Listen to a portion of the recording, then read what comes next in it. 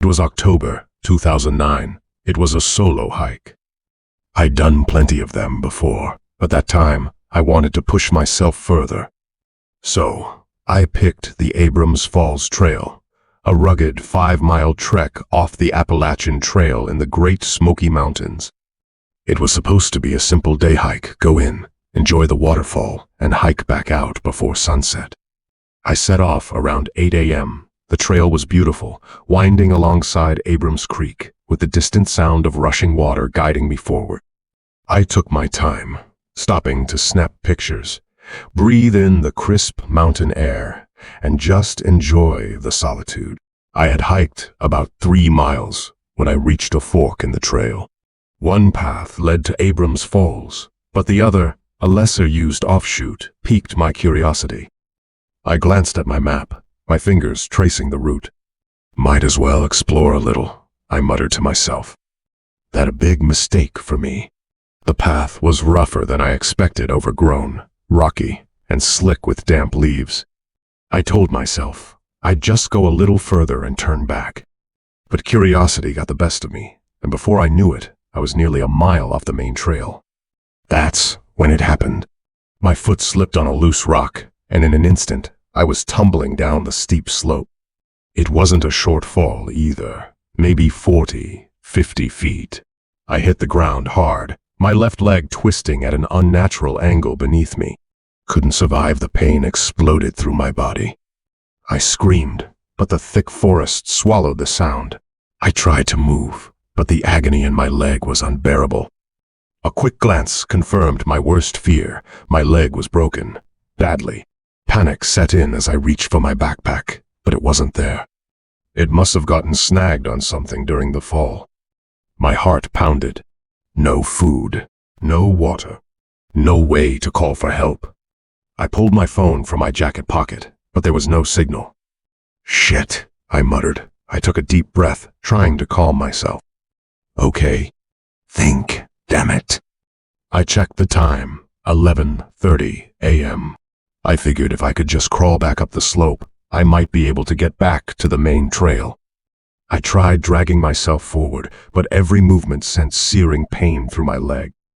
Tears welled up in my eyes. Screw this, I whispered, clenching my teeth, but I had no choice.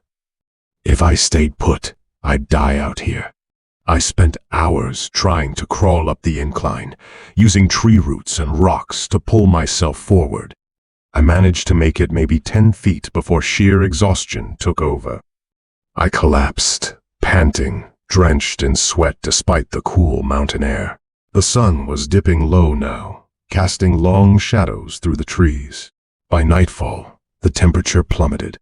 I huddled against a tree, pulling my jacket tighter around me. My stomach growled, but that was the least of my worries. The cold seeped into my bones, and soon I was shivering uncontrollably. I'm not dying out here, I kept telling myself. Not like this. The next morning, hunger gnawed at my insides, and my mouth was so dry it felt like sandpaper. I knew I needed water. The sound of the creek was faint, but nearby. If I could just make it there, I might have a chance. I gritted my teeth and started crawling again, inch by inch, ignoring the throbbing pain in my leg. It took hours, but by early afternoon, I finally reached the water. I plunged my hands into the icy stream, bringing handfuls to my cracked lips. But I knew I couldn't stay there more. I needed shelter. The nights were too damn cold, and I was already weak. I found a small overhang beneath a rock outcrop, just enough to block the wind. It wasn't much, but it would have to do. The days blurred together. I lost track of time. I chewed on leaves, hoping they weren't poisonous. I licked moisture off rocks. I screamed for help, but nobody came. My voice grew hoarse, my body weaker. The pain in my leg was constant, like a white-hot knife twisting inside me. It was the 5th day. I stopped caring. My body was shutting down, and my mind was too tired to fight it. I lay beneath the rock, staring at the sky, too weak to even cry. This is it, I thought. This is how I go. Then On the evening of day 6, I heard something voices. At first, I thought I was hallucinating. But then, a flashlight beam cut through the darkness. Hello? Someone called. I wanted to answer, but my throat was so dry I could barely make a sound. I tried again, a weak croak escaping my lips. Then, footsteps fast, urgent. Oh my God, we found her. Strong arms lifted me up, and I felt a blanket wrap around me. I tried to speak, but the words wouldn't come. You're okay now, a man's voice said. We got you. Tears streamed down my dirty, sunken face. I wasn't going to die out here. They found me. I was going home. Later, I learned that my family had reported me missing when I didn't return. A search and rescue team had scoured the trails, and it was sheer luck that they found me when they did. Another day, maybe even a few more hours, and I wouldn't have made it. I spent weeks in the hospital recovering. My leg required surgery, and I was dangerously malnourished. But I was alive. And no matter how many years pass, I will never forget those 6 days in the mountains, the terror, the pain. Nature doesn't care if you're experienced. It doesn't care how strong you think you are. It humbles you.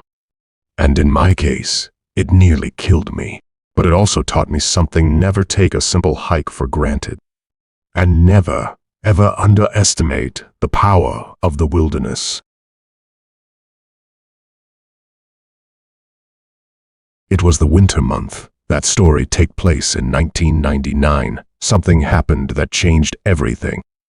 I grew up in Tennessee, deep in the backwoods where the land stretched wild and untamed. My father and I owned a cabin, an old structure passed down for generations, sitting miles away from the nearest town. We spent weeks out there, living off the land, hunting deer, and enjoying the solitude that only the wilderness could provide. It was the last week of shotgun deer season. The frost had settled thick on the ground, and the wind cut through the trees like a razor. My father and I had been out hunting for nearly a week, covering over 10 miles of rugged terrain each day, setting up blinds and scouting trails. The woods were dense, the swamps treacherous. However, something felt different this time. Right away, we noticed large footprints, bigger than any wolf or dog I had ever seen, pressed deep into the mud near the swamps. Claw marks were sharp, the depth of the prints unsettling. We'd catch glimpses of movement at the edges of our vision, something fast and low to the ground, but every time we turned, it vanished. The sensation of being watched never left us, and an uneasy tension settled in our bones, making even the most familiar trails feel hostile. It was the night before we planned to head back to cabin when things went bad. I decided to go out alone around 2 a.m., planning to set up early in my hunting blind near the water. My father stayed back at the cabin, resting for the long trip ahead. The woods were eerily silent as I trekked a mile out to my spot, shotgun slung over my shoulder, my breath fogging up in the freezing air. Then, the howling started. A long, guttural wail echoed through the trees, something unnatural. My blood ran cold. I stopped in my tracks, my pulse hammering in my ears. Another howl, closer this time. Then movement, branches snapping, heavy footsteps crunching the frost-covered leaves. Whatever it was big and it was coming fast. I turned on my headlamp and raised my shotgun. But there was nothing there, just empty woods. But I knew something was watching me. Then, in the corner of my eye, I saw it, a dark shape, moving fast, on all fours. It lunged at me before I could react. I fired blindly, the shotgun blast. The creature shrieked a horrible, high-pitched sound that made my skin crawl. I staggered back, pumping another round into the chamber, my heart pounding. The thing circled me, just out of range of my light. I could hear its ragged breathing, smell the rancid stench of blood and decay. Then it charged again. I barely had time to react as it slammed into me, knocking me to the ground. My shotgun flew from my hands. The creepy creature was on me, clawed hands gripping my shoulders, jaws snapping inches from my face. I got a good look at it, then glowing yellow eyes, a long dog-like snout dripping with saliva, black fur matted with grime. It wasn't a wolf, wasn't a bear, it was something else entirely. I struggled, punching and kicking, trying to reach my knife. Its claws raked across my chest, tearing through my jacket like paper. I roared in pain and finally got my hands on my hunting knife. I drove it deep into the creature's side. It howled and recoiled, giving me just enough time to scramble to my shotgun. I didn't hesitate. I aimed and fired point blank into its chest. The creature screamed, blood spraying the ground. But it didn't go down. It staggered back, snarling, its eyes burning with rage. I pumped another round and fired again, this time hitting its head. It collapsed with a sickening crunch. Then silence. I was completely silent for a few seconds. I gasped for breath, my body shaking, steaming in the cold air. But I stood there, staring at the lifeless corpse. I felt something else. And then, more howls from all around me. There wasn't just one out there. There were more, a lot more. I grabbed my gear and ran. I didn't care about stealth anymore. I just needed to get back to the cabin. The howls turned into screams, inhuman, furious, hungry. I could hear them, smell them. I burst through the cabin door, locking it behind me. My father was already up, rifle in hand, eyes wide with fear. "They're out there," I gasped. "We need to go. Now." He knew by the look in my eyes that this was real. We gathered our weapons, 2 shotguns, a hunting rifle, every bullet we had. The creatures were outside now, circling the cabin, their growls vibrating through the walls. Then they attacked. The first one slammed into the door, nearly breaking it off its hinges. My father fired through the wood, the blast shaking the whole cabin. A howl of pain. Then another slammed against the wall, clawing at the windows. I aimed my shotgun at the nearest one and fired. Blood splattered across the glass as it fell back, but more took its place. They weren't stopping. The door burst open. One of them lunged inside, knocking my father to the ground. I fired, hitting it in the back. It barely flinched. My father fought, stabbing it with his hunting knife. I reloaded, aimed at its head, and pulled the trigger. Its skull exploded, and it went limp. But we weren't done. 2 more forced their way in. My father and I fired again and again, the sound deafening in the small space. The creatures shrieked, their bodies jerking with every shot. Blood soaked the wooden floors. Despite our best efforts, one was still left. The cabin was nearly destroyed, its door and windows shattered, and blood pooled around the bodies. But we didn't stop. The last one fell too, and we were sure it never got up again. Then, silence. Complete silence. We sat there, staring at each other in terror. What the hell would have happened if we didn't have weapons? My father looked at me. "We can't stay here." We both knew the truth now. This wasn't just some freak encounter. These things were out there, and there were more of them. If we stayed, we'd die. We packed only what we could carry and left. We never thought about repairing that cabin again. The area has been sealed off, and no one is allowed to go there anymore. The authorities took serious action because, after that incident, reports of lost hikers started surfacing. And so, we have forgotten the place that had been a part of our family for generations.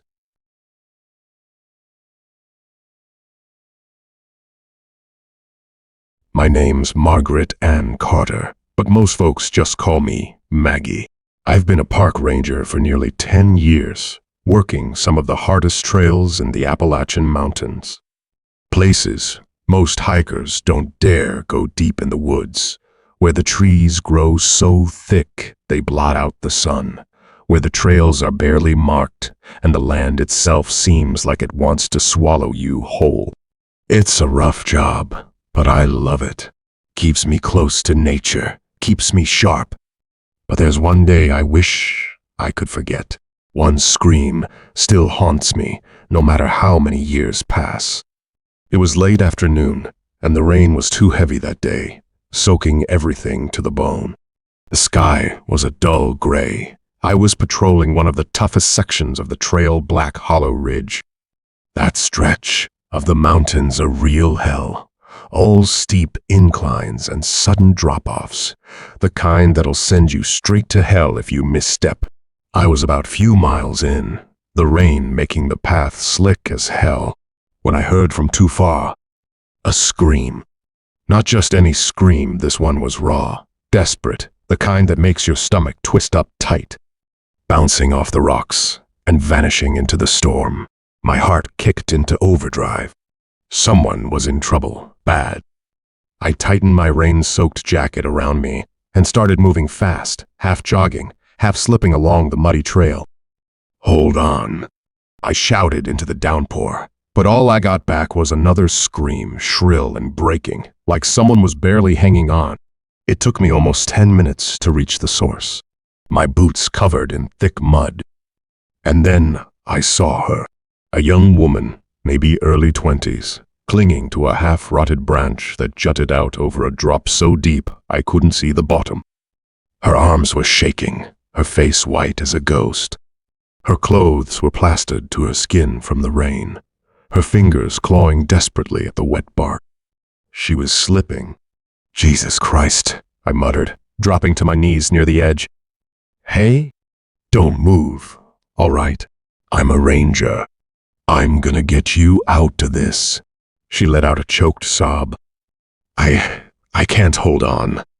Her voice was barely more than a rasp, but the terror in it was enough to gut me. The wind picked up, cutting through the trees, making the branch sway just a little. My stomach lurched. It wouldn't hold much longer. I grabbed my radio with one hand, still watching her closely. "Ranger Carter here. I need backup right away at Black Hollow Ridge. There's a hiker in serious trouble. Over." A response. "Copy that, Carter. Closest units at least 20 minutes out. Hold tight. 20 minutes. She didn't have 20 minutes. Hell, she barely had 2. I dropped my pack and pulled out the rescue rope, my fingers slipping against the wet nylon. There was a sturdy tree about 10 feet from the ledge, thick enough to hold weight. I worked fast, looping the rope around it, my pulse hammering in my ears. "Listen to me," I said, forcing my voice to stay steady. "I'm gonna lower this rope. You grab on, and I'll pull you up. You just gotta hold on a little longer, all right?" She nodded, but I could see it in her eyes. She was fading, her strength nearly gone. I tossed the rope down, but the moment she tried to reach for it, her grip on the branch weakened. "No, no, no. Don't let go yet," I shouted, my voice breaking. She tried. God, she tried. But the rain was making everything slick. Her fingers were numb, and the panic had drained whatever strength she had left. Her grip failed. For a split second, time froze. I lunged forward, reaching out, my fingers barely grazing hers. And then she was gone. She screamed as she fell, a sound that tore through the storm and ripped straight into my soul. I scrambled to the edge, my breath stuck in my throat, but the ravine was too deep, too dark. I couldn't see a damn thing. "Jesus, no, no, no." My own voice cracked, but there was nothing I could do. I sat there, shaking as the rain poured down on me. My hands were numb, but I managed to grab my radio and press the button. "The victim is down." Repeat, "The victim is down." Backup arrived 20 minutes later, like they said they would. Too late. We searched for hours, but I already knew. I'd seen falls like that before. No one survived them. They found her body the next morning, broken and still at the bottom of the ravine. I didn't sleep for days. Couldn't stop hearing that scream. Couldn't stop seeing her fingers slipping away. I replayed it, over and over in my head, wondering if I could have done something different. Should have moved faster. Should have had a longer rope. Should have been stronger. For months, every time I closed my eyes, I saw her falling. Some screams you never forget.